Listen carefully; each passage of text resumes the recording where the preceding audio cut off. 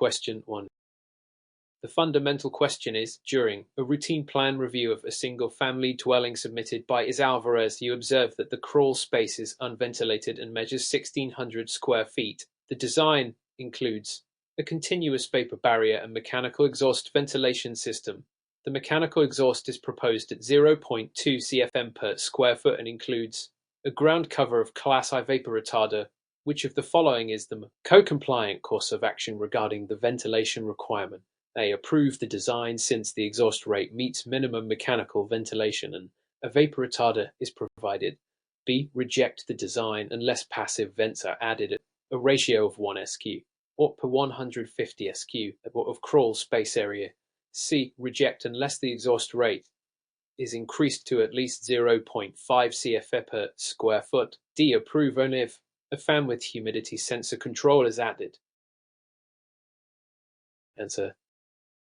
Correct answer. A. Explanation. According to the RE section R.3, unvented crawl spaces are permitted when continuous Class I vapor barriers and mechanical ventilation of equal 0.2 CSF are provided.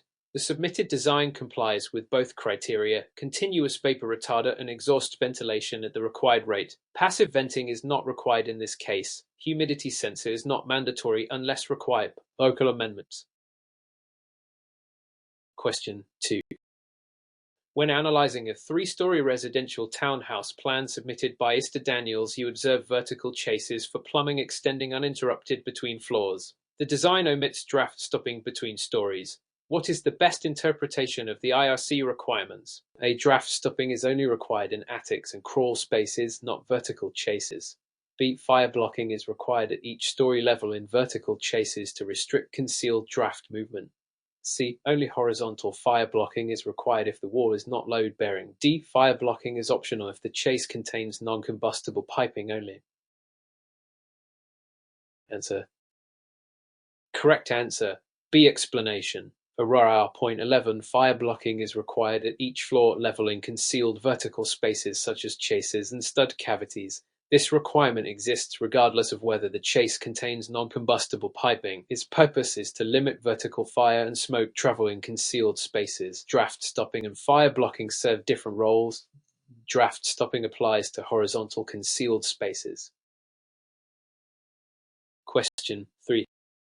Under the assumption that a basement bedroom is proposed with one operable egress window measuring 19 inches wide by 24 inches high with a sill height of 48 inches, what is the best determination? A. The window meets egress requirements due to its width and height. B. The sill height is acceptable if a ladder or steps are installed. C. The window fails to meet minimum net clear opening size and sill height. D. The width is compliant, but the height must be at least 36 inches. Answer. Correct answer. C. Explanation. Para R. Emergency escape windows must provide minimum 5.7 SQ or clear opening and less grade floor.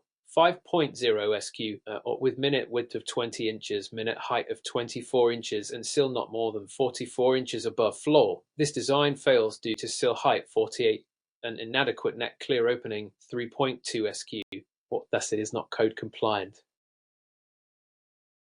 Question 4.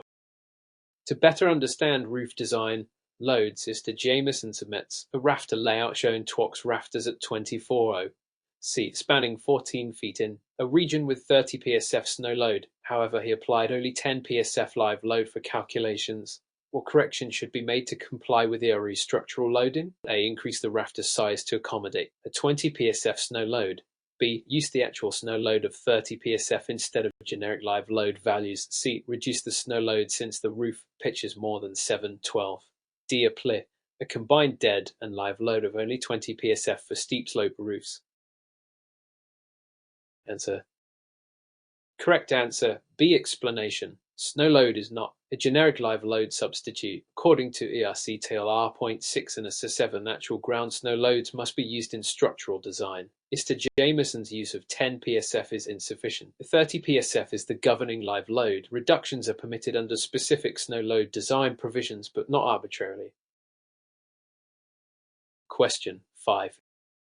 Based on the information submitted by Isleon for A new dwelling with fiber cement siding installed over wood sheathing and foam insulation. You notice no weather assistant boys detailed between the siding and sheathing. How should the plans examiner respond? A. Approve the design if siding joints are sealed with caulking. B. Requirement since all exterior walls need protection under the IRE. C. Approve the design since foam board acts as a weather assistant barrier. D. Reject unless additional rain screen is incorporated. Answer. Correct answer. B. Explanation. Per RR.2.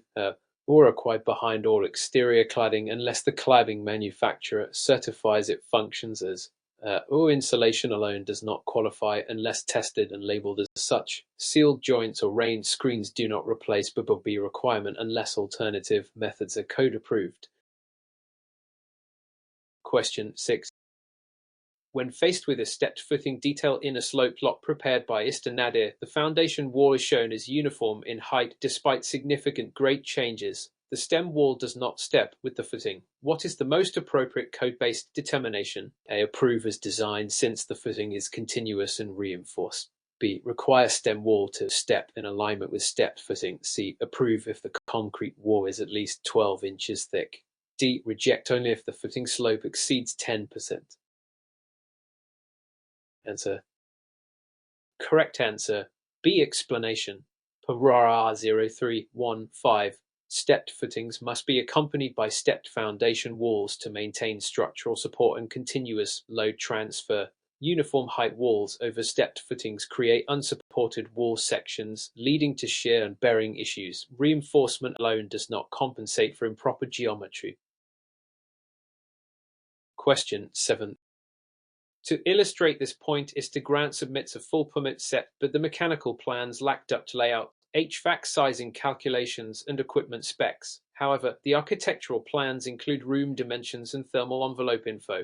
How should the plans examiner proceed? A. Approve based on architectural drawings since they provide enough context. B. Defer review until duct layout and equipment specs are provided. C. Request the contractor to clarify during field inspection. D. Approve conditionally if equipment is listed for residential use. Answer. Correct answer. B. Explanation. Per RM.3 and plan review protocols, HVAC system design must be verified prior to approval to ensure capacity distribution and compliance with energy codes. A complete mechanical plan includes duct sizing, equipment load calculations, manual JDS and layout. Missing elements require a submittal for full compliance. Question 8. Throughout the course of reviewing a single-family dwelling plan, you observe that a receptacle is placed within 5 feet of a laundry sink but is not labeled GSEI protected. The designer argues the sink is not in a bathroom or kitchen. What is the correct interpretation? A. GSEI is not needed since the receptacle serves a washer, not a wet bar. B. Receptacles within 6 feet of any sink require GFCI regardless of room. C. Only receptacles in bathrooms or kitchens need GFCI. D. Protection is optional if the branch circuit is dedicated. Answer. Correct answer. B. Explanation. According to NEC 210.8a, as referenced in ERC.1, all 125-volt receptacles within 6 feet of any sink must be GSEI protected, including laundry rooms, utility sinks, etc. The room type is irrelevant. Proximity to water source is the determining factor. Dedicated circuits do not exempt from GSEI rules. Question 9. Considering the evidence a structure is proposed on expansive clay soil with no soil report submitted, the plan's use, a bearing value of 2000 PSF for footing design, what is the appropriate action? A. Approve if the footing is 24 inches wide and continuous. B. Reject and require a soil report to confirm actual capacity. C. Accept the value since 2000 PSF is the IRE presumed bearing value. D. Require deeper footing depth instead of soil testing. Answer. Correct answer. B. Explanation. ERETAIL R01. For 1 permits assumed bearing values only if soil is undisputed and well draining. Expansive clay triggers R.4, which mandates a geotechnical investigation to validate safe bearing capacity. Default values are not acceptable when adverse soil conditions are suspected. Question 10. In a modern context of residential safety upgrades, is Tinsley renovates her 1980s home and adds a second floor. Smoke and co alarms are added upstairs, but none are added downstairs where the existing bedrooms remain untouched. Which course of action complies with current code? A. Accept the design since alarms are only needed in renovated areas. B. Require alarms throughout, including existing bedrooms and hallways. C. Co-alarms are not needed if no new fuel-burning appliances are added. D. Alarms must be hardwired only in new areas. A battery unit suffice elsewhere. Answer. Correct answer. B. Explanation. Per R and R, when additions or alterations require a permit, smoke and co-alarms must be installed throughout the entire dwelling, including existing areas. This ensures life safety in both new and old spaces. Power source and interconnection requirements apply to all areas unless technically infeasible. Question 11. Through the lens of fire separation requirements, Mr. Doyle designs a garage directly below a habitable room. The submitted framing section includes one with drywall on the garage ceiling only and no additional protection above. Which of the following best addresses code compliance for fire protection? A. The ceiling must use 5/8 type X gypsum board due to floor separation. B. The current design is compliant if the garage is under 400 SQ. Or C. Fire resistance rated floor ceiling assemblies are only required for multifamily dwellings. D. Only walls adjoining habitable space need fire protection, not ceilings. Answer. Correct answer. A. Explanation. Per R.6, ceilings separating garages from habitable space must be protected with 5/8 type X gypsum board regardless of garage size. This ensures a 1-hour fire assistance rating to delay fire transmission. This applies to single-family dwellings as well and cannot be waived due to square footage. Question 12. In contrast to common assumptions, a home designed by Isunita features a straight staircase with 9 risers, a total rise of 7 feet, and no handrail on either side. How should a plans examiner evaluate this configuration? A. The design is compliant if risers are uniform and treads are 10 deep. B. A handrail is not required because the stair has fewer than 10 risers. C. At least one handrail is required for any stairway with more than 4 risers. D. Both sides require handrails regardless of width or riser count. Answer. Correct answer. C. Explanation. Per R117(8). Handrails are required for stairways with 4 or more risers. Since Isunita's stair has 9 risers, at least one handrail is mandatory. Only one side is required unless it serves as means of egress or is unusually wide. Uniform risers and tread depth alone do not negate handrail requirements. Question 13.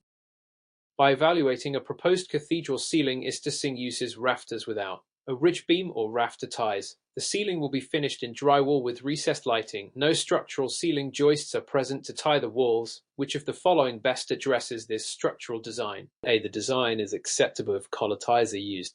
B. Ridge boards must be upgraded to structural ridge beams with vertical support. C. As long as rafter spacing is 16. No. C. The design is acceptable. D. Collar ties are not required unless no loads exceed 40 psf. Answer. Correct answer. B. Explanation. Per 0231. Structural ridge beams are required in vaulted ceilings where rafters lack opposing ties like ceiling joists. Without these, walls may spread outward. Ridge beams must be sized to support roof loads and bear upon end walls or posts. Collar ties alone don't prevent wall spread. Question 14.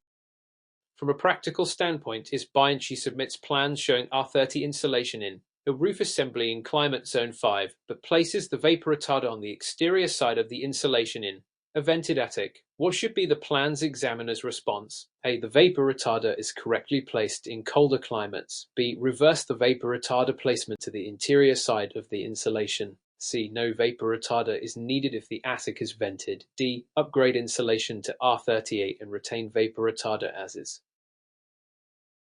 Answer. Correct answer.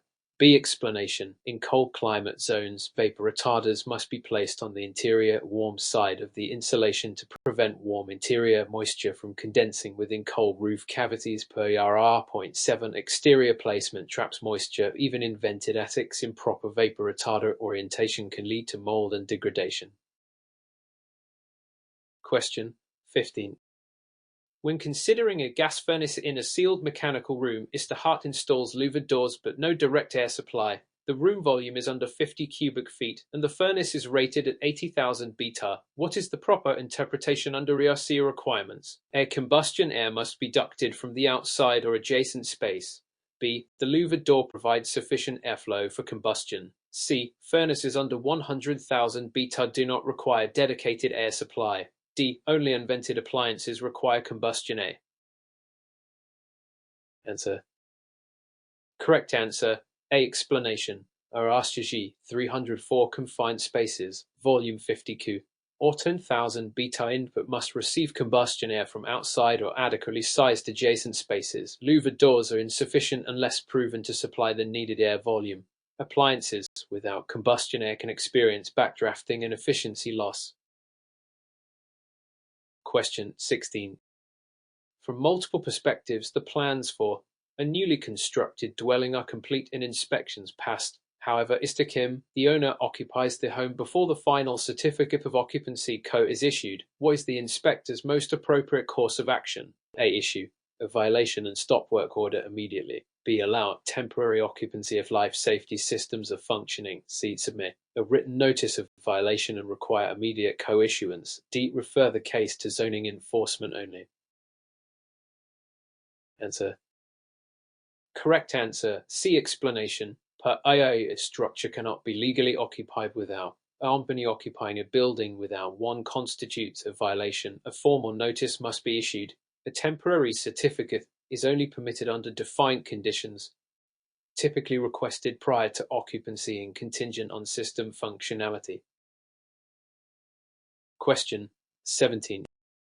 The traditional approach to residential plumbing has changed to reduce water usage. Taylor proposes 3.5 gallon per flush toilets and 2.5 GPM shower heads in her custom home in a jurisdiction adopting the latest DRC in APE conditions. How should the plans examiner respond? A. Approve the design because these are standard residential fixtures. B. Reject the design and require compliance with maximum allowable flow rates. C. Accept the toilet but require a low flow shower head only. D. Allow installation of fixtures are labeled EPA WaterSense. Answer.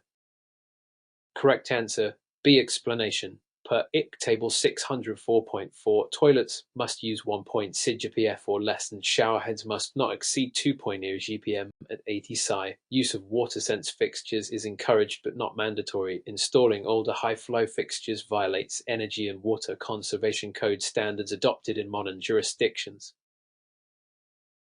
Question 18.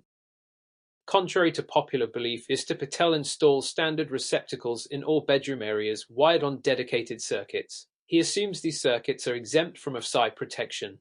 Which of the following reflects the proper application of FSI rules? A. FSI protection is required only for outlets, not lighting. B. Dedicated circuits serving bedrooms still require FSI. C. Dedicated circuits do not require FSI per NEC exceptions. D. FSI is only for general purpose circuits, not appliances. Answer. Correct answer. B. Explanation. Under RC.12, referencing NEC 200, 10.12 FSI protection is required for all 120 single-phase, 15 and 20 ampere branch circuits supplying outlets in dwelling unit bedrooms, including receptacles and lighting. Dedicated appliance circuits, e.g. HVAC, may be exempt, but general-purpose dedicated bedroom circuits are not. Question 19. Taking into account local grounds no loads is Newman submits. A floor system using Twox joists at 24.0.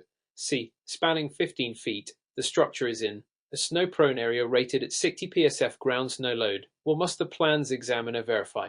A. Joist span is acceptable if species is southern pine. B. Floor loads must account for snow and roof design, not floor system. C. Live load for floor systems should include 30 PSF minimum regardless of roof loads. D. Joists likely overspan unless designed for higher load carrying capacity. Answer. Correct answer. D. Explanation. ERE Tibble R02312 shows that torques at 24 C spanning 15 feet may be overspanning under residential live loads of 40 psf plus dead load. Snow loads affect roof, not floor, directly, but if the structure is subject to heavier occupancy or local amendments, e.g. increased live loads, conservative design must apply. Question 20. In response to efficiency concerns, Istaccato installs a ducted HVAC system in an unconditioned attic. The plans show unsealed joints and no insulation over metal ducts. How should the inspector or plans examiner proceed? A. Approve the design if ducts are fastened with screws. B. Require all duct joints to be sealed and insulated to code standards. C. Allow unsealed ducts if the attic has passive ventilation. D. Accept the system if ducts are within 10 feet of air handler. Answer. Correct answer. B. Explanation. Per RN 10332 or HVAC ducts in unconditioned spaces must be sealed and insulated to minimum R8. Unsealed ducts contribute to energy loss and condensation risks. Screws alone do not meet sealing requirements. Passive attic ventilation is unrelated to duct performance or efficiency. Question 21. As evidenced by revised plans submitted by Ista Reynolds for a basement remodel, the emergency escape window opens directly into a utility closet housing a gas water heater and furnace. The egress window meets all dimensional and operational requirements otherwise. How should the plans examiner respond? A. Approve the window if mechanical ventilation is provided in the utility room. B. Approve the window as long as the appliances are sealed combustion types. C. Reject the configuration. Egress openings must not open into appliance rooms. D. Reject only if the mechanical equipment obstructs the egress window swing. Answer. Correct answer. C. Explanation. .1 Emergency escape and rescue openings must open directly into a public way or yard, not into a room containing fuel-burning appliances. This prevents potential exposure to fire, combustion gases, or explosion risk during emergencies. Sealed combustion appliances or ventilation does not waive this rule. Question 22. In what ways can improper flashing details around roof penetrations contribute to structural issues? A. They may cause insulation loss but not structural decay. B. Moisture infiltration leads to wood rot, mold, and possible structural weakening. C. Only aesthetic damage is likely since modern sheathing is water-resistant. D. Flashing defects affect ventilation more than structure. Answer. Correct answer. B. Explanation. .2 Flashing is required at all roof penetrations, including chimneys, vent pipes, and skylights. Improper installation allows water intrusion, which can decay structural members, damage sheathing, and cause mold growth. Over time, these issues compromise structural integrity, not just aesthetics. Question 23. Focusing specifically on a concrete foundation wall in East Dorsey's new construction project, the plans show an 8-foot-high unreinforced concrete wall retaining 6 feet of unbalanced fill. No rebar is specified. What should be required for code compliance? A. Reinforcement is only needed for stem walls supporting slabs. B. Reinforcing steel is required per prescriptive limits for unbalanced fill. C. Only soil compaction is needed if the wall is over 8 inches thick. D. Footing size is more critical than reinforcement in this case. Answer. Correct answer.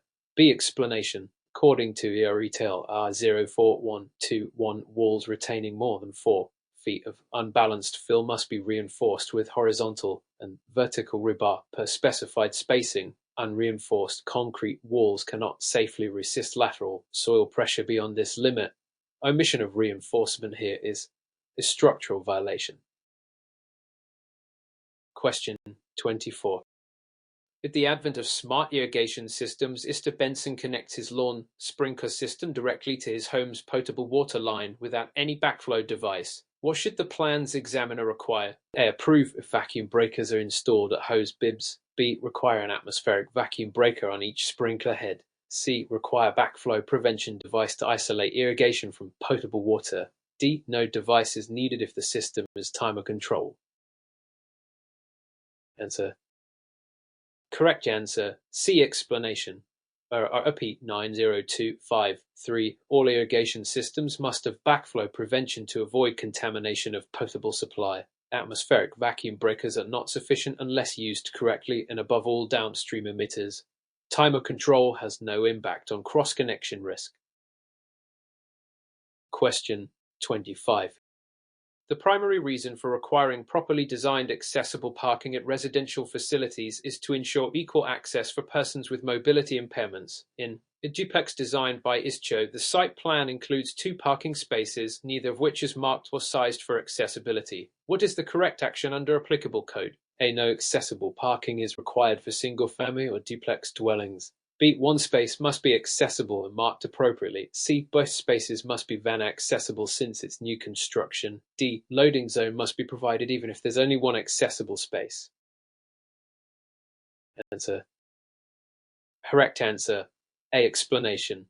Per Echo Point 1 and Fair Housing Act guidelines, detached one and 2 family dwellings, such as duplexes, are not required to provide accessible parking unless serving a public accommodation or multiple dwellings with shared parking. Accessible parking applies primarily to multi-unit, commercial, or public use buildings. Question 26. In response to a concern regarding moisture accumulation, ISTA designs an unconditioned attic with no roof vents but includes a vapor barrier beneath the ceiling insulation. How should this be evaluated? A. The vapor barrier negates the need for attic ventilation. B. Roof venting is required regardless of vapor barrier placement. C. Acceptable only if insulation R value is below R30. D. Ventilation is not needed in unoccupied attics. Answer. Correct answer. B. Explanation. Per R.1, unconditioned attics must be ventilated to remove moisture-laden air unless specifically exempted through unvented attic assembly design. R.5. Vapor barriers do not replace ventilation. Without vents, moisture can accumulate, causing mold and rot. The default requirement is 1:150 ventilation ratio. Question 27. Examining the consequences of Ortega's plumbing layout, the bathroom group has a lavatory draining into a horizontal wet vented line shared with the shower and toilet. The lavatory vent rises vertically, but the vent from the toilet is missing. What is the code-compliant interpretation? A. Wet venting. A bathroom group is permitted with proper horizontal layout. B. Toilets must have individual dry vents. C. Only vertical wet venting is allowed for fixtures like toilets. D. Horizontal wet venting is prohibited in residential settings.